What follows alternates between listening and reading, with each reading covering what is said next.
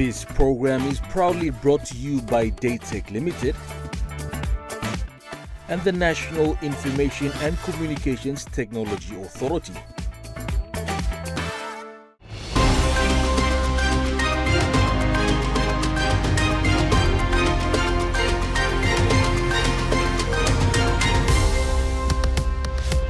In this session of In Focus, we are joined by the United Kingdom High Commissioner to Papua New Guinea, His Excellency Paul Eastwood. We feature discussions on the Papua New Guinea and United Kingdom bilateral relations over the years. High Commissioner Paul Eastwood, thank you for joining us. Thank you for having me. Now, firstly, Paul, I understand this is your first time serving as a High Commissioner. Could you give us a bit of background into your journey? Yeah, happy to. I think it's fair to say that my journey here is somewhat unconventional. I started my career working on the environment, on oceanography, and in fact I spent most of my career working on different aspects of the environment, whether it's marine sciences, oceans, whether it's the atmosphere and climate, whether it's land and forests, more recently on renewable energy. I've spent most of my career working on various facets of the environment. But early on in my career, I was living in the UK in the south coast, and I really wanted to expand my horizons, to look beyond the shores of the UK. And I found an opportunity to move to Kiribati in the Central Pacific and work on a marine resource program to do with seaweed development. So I grasped the opportunity. Moved out to Kiribati for 2 years in my mid-20s, fell in love with the Pacific. I then went back to the UK, returned about 10 years later to work in Suva for the Secretariat of the Pacific Community, working across the region. Worked for New Zealand for a few years as well on Pacific issues. Again, moved around, went to Asia, and then I just had this idea I wanted to come back again. So I started looking around and what opportunities there might be. And I saw this job as a High Commissioner to Papua New Guinea, and I'd always had this idea of moving back to the Pacific, but specifically to Papua New Guinea. It's a country that's always fascinated me. It's so different from the other Pacific nations. It's different from Asian nations. It's a very unique country in this part of the world. And so I like the idea of coming back and experiencing living and working here. So here I am, and I'm thrilled. Really excited to be here. How have you found the role so far? Really diverse. Very different from anything I've ever done before. As I say, most of my work in the past has been on either environmental research, management, or policy. This is such a diverse job. So as a High Commission, we have some really core things that we do every day. So whether it's meeting with business leaders, meeting with politicians, I've met the Governor General, the Prime Minister, Foreign Minister, other ministers, and just helping to strengthen that bilateral relationship the UK has with Papua New Guinea. We might be dealing with consular matters, people who want to come to the UK with visas, with passports. We get support from our colleagues in Australia there, but we have a role to play as well to support Britain's and Papua New Guineans' interface with the UK and travel backwards and forwards. We have a defence partnership as well. It's very important to us, so I spend some of my time on that. And more widely, I'm settling into society here because there's work and there's outside of work as well. And, it takes a while to settle in anywhere, but I feel I'm settling into Port Moresby really well. There's a side to the city that I think needs telling a little bit more than it often is if you just do some quick searches on social media, on the internet. It's a really fascinating city, and what really makes it work for me is the people. I found everyone I've interacted with at all walks of life, whether I'm down at the market getting my vegetables or whether I'm meeting the Prime Minister or the Governor General, everyone's just so friendly and welcoming and warm, and that helps enormously to settle in. So I'm really enjoying my role. Now, you mentioned you came from a environmental science background and you transitioned into diplomacy. What sort of traits or expertise did you bring from your environmental science practice into the diplomacy practice that has served you well? It's a good question. So I spent some of my time working internationally on environment. So for the New Zealand government, I supported their interface with the UN climate process. I was a negotiator for them. I've supported international negotiations working for the UK government as well. While I was based in Indonesia, I helped strike a new trade treaty between the UK and Indonesia on timber trade. So those sorts of skills really help set you up for diplomacy. You know, while I've been working on environment for most of my career, a big chunk of that, probably about 2/3, has been on international work. So I've always been interfacing with people across the world. And to do that, it doesn't matter if you're working on science or policy or trade negotiations or treaty negotiations, there's always an element of diplomacy. So it was those skills that I guess I'm bringing to bear more in this job than I have done in the past, but they've been developed over many years.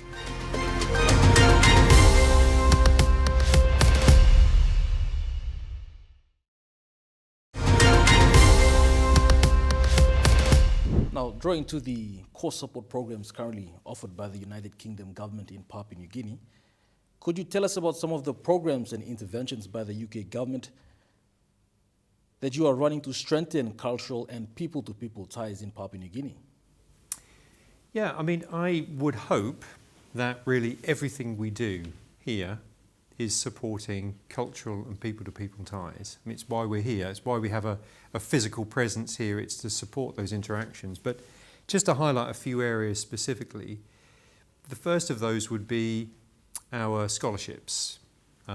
We support two types of scholarships, or through two different routes. One is our Achieving Scholarships. That's a UK-supported programme, been running for about 40 years. We've sent people from all over the world, including Papua New Guinea, to study for master's degrees in the UK. I think we've so far sent more than 100 Papua New Guineans to the UK to live and learn academic courses, but also to live and learn about life in the UK. And for people to learn from the students who travel to the UK as well. It's a two-way learning. So there's the Achieving Scholarship Programme, there's the Commonwealth Scholarship Programme, which has been running for a bit longer, about 60 years. And again, we've sent more than 100 Papua New Guineans to the UK, supported them to complete postgraduate studies. So that's number one. Number two, I would say, is our fellowship programme with the Overseas Development Institute, so ODI. This is a think tank on development issues based in London. They have a fellowship programme that we support, we financially support. They send fellows around the world. These are young, bright economists, send them out from London and actually from different parts of the world, not just from the UK, to embed themselves in typically public institutions around the world. We have two at the moment, or another to be joining soon. One is based in Bank of PNG, the other in the Treasury. And they spend a couple of years working in those institutions, sharing their knowledge, but also receiving a lot of knowledge as well. So there's always a two-way exchange. It's similar to when I was in Kiribati in my early 20s.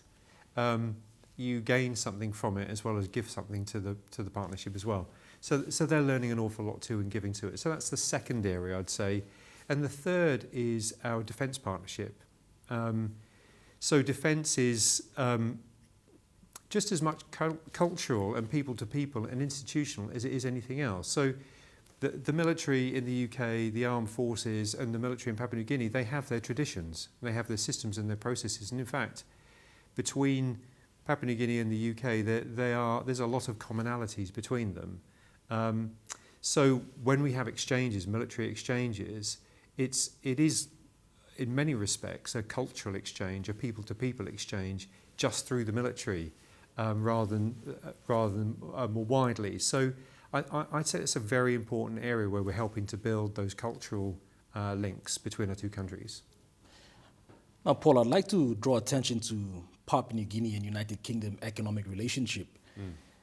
What would you say are the areas of great economic opportunities for both countries?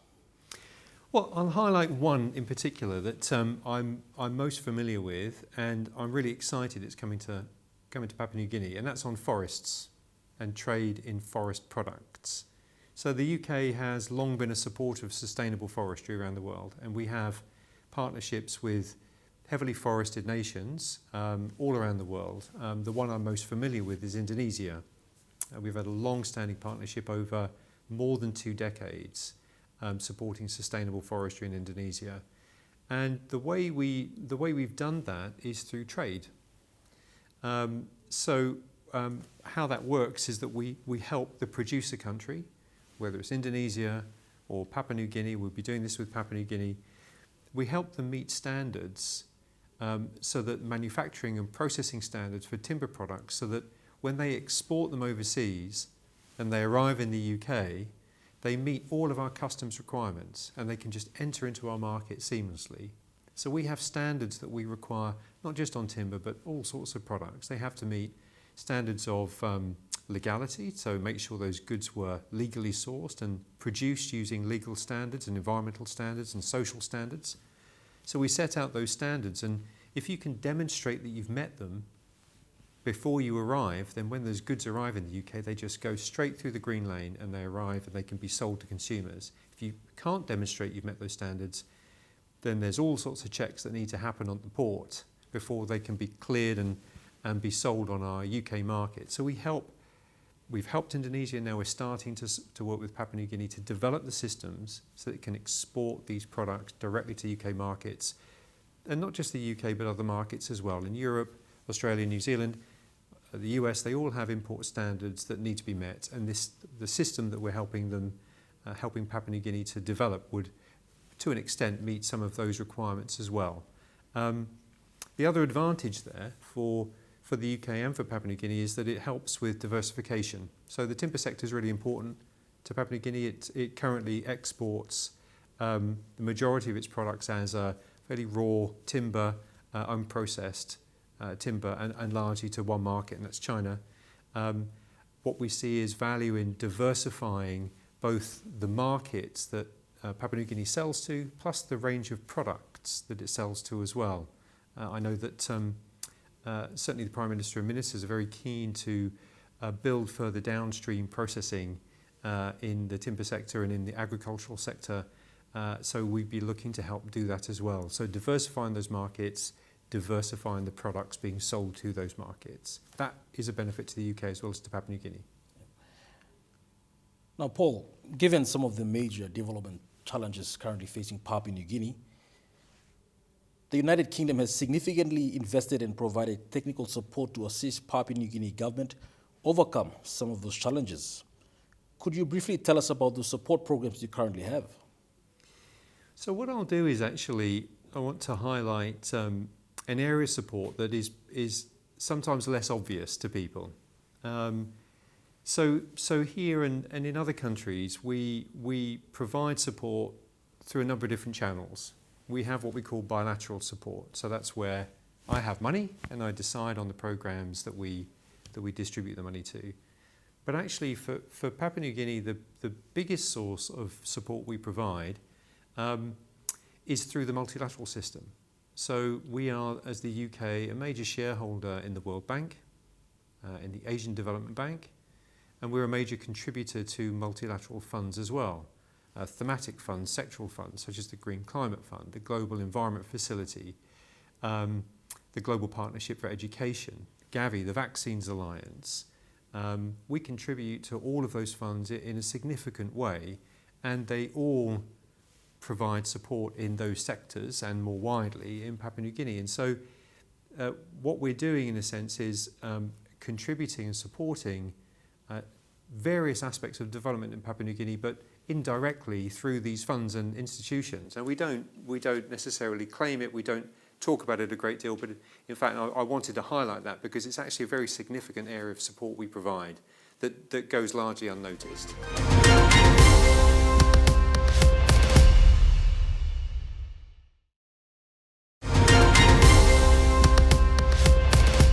Now, given some of the major challenges within the Asia-Pacific region, such as climate change, inequality, transnational crime and security, amongst others, what role do you see the United Kingdom and Papua New Guinea can provide leadership in addressing those issues? I'll pick off one of those areas, the one I know best, and that's climate change. I've worked on climate policy for many years, both domestically but also mostly internationally. So the UK is showing a lot of ambition on tackling climate change. We see that we have a responsibility to do so for several reasons. One, that it's a global challenge that we all need to step up and try and address. And the UK certainly wants to do that, and we have very ambitious emission reduction targets. We have reduced our emissions domestically already by more than 50% since 1990, and also grown our economy at the same time by more than 3/4. So we've shown that we can reduce our emissions and grow our economy at the same time. Both can happen in tandem. And it's important we show leadership on this issue because it is a global issue. Even though we're not a significant emitter, we're not a significant emitter of carbon emissions. Less than 1% of global emissions come from the UK. But we still feel that it's important to reduce our emissions because we're part of the global commons. Everyone suffers if the climate warms. Everyone suffers. The UK does, Papua New Guinea does, every country does. So we have a responsibility to try and address the problem at source. And Papua New Guinea has a similar role here. Now, Papua New Guinea isn't a source of emissions, but it has concerns about the impacts of emissions, and it's also part of a wider community, whether it's in Asia or the wider Pacific, that will be feeling the effects of climate change. And Papua New Guinea's voice in that process really matters. And it expresses that voice very strongly when Papua New Guinea, as it did, went to the COP, the Conference of the Parties last year, and participating in those processes are really important. And it's the same for the UK. We participate in the same way. And when we participate as two nations to address these global issues, we're expressing a very strong voice equally. When we're at the UN and we're expressing votes, we both have a vote. And if we vote in the same way, we're both expressing the same way. And the things that underpin those votes are values we hold in common. And so my sense is that the UK and Papua New Guinea can work together on addressing climate change through its voting, through expression of its values and what it wants, whether it's domestically for itself or whether it's for the wider region or indeed the global commons. Now, finally, Paul, how do you see the United Kingdom and Papua New Guinea relationship developing over the years? I think there's I'd frame that in two ways. So firstly, I would say there are things that really matter for our relationship that we need to bank, we need to hold on to. We can't lose sight of. And there's always a risk of losing sight of those things because I know this for myself. There can be a tendency to chase new things, new areas, new ambitions. But there's really some areas within our relationship that are important to hold on to. And one of those is our system of democracy, the system that underpins our democratic institutions, and that's the Westminster system of parliamentary democracy. They're common to both of our systems of democracy, and we need to keep building on those and recognising that's something we have in common. We share the same monarch, King Charles III, and I'm sure any visit of a monarch will be very welcome here, and we would welcome that too if it happened. So we need to recognise the importance of our sovereignty. We also have a lot to share in common with our military, with our educational institutions. And underpinning it all, there's our shared values and our shared principles that we often show commonality on when we're expressing, say, votes at the UN. So I think these things are really important that we hold on to and we keep building on. That's the strong foundation that the UK and Papua New Guinea have and we need to build on. And then looking ahead, where do we go from here? Well, I've mentioned forestry. Forestry is a new area that we are looking to support. I'm very excited about that programme. I have a strong interest in energy access in particular, but also in energy security. That matters greatly to the UK because we found we've been quite exposed to international fuel prices. That's caused our fuel prices domestically to spike and go up and down, so we're looking to decarbonise our energy system as quickly as possible. Bring on renewable sources of power that are domestic and homegrown, and that builds our energy security and keeps check on prices as well, so we're not so exposed to international fuel prices.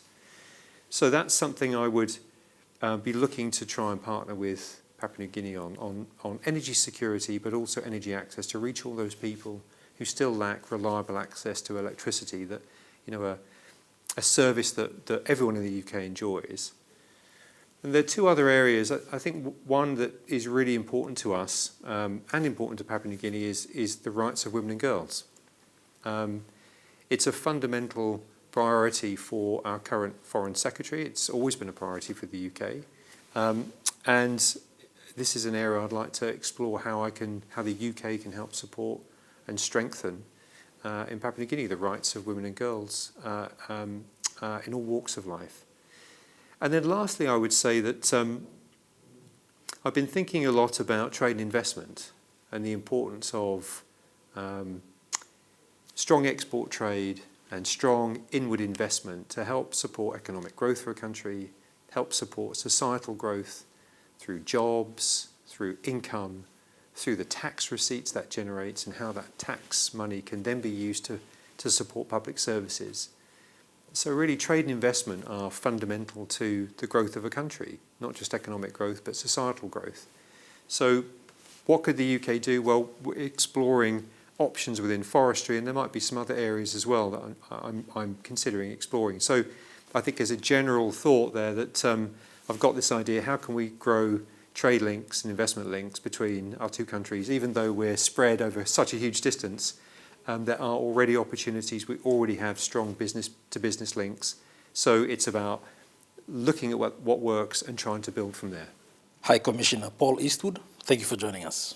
Thank you for having me, Malcolm. Well, viewers, that ends this episode of In Focus. Do join us again next week, Monday, on our regular time slot of 7 p.m.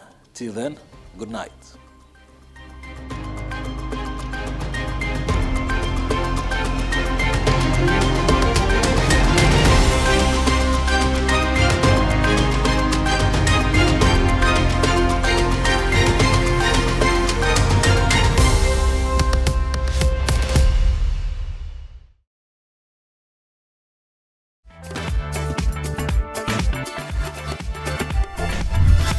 This program was proudly brought to you by Daytech Limited and the National Information and Communications Technology Authority.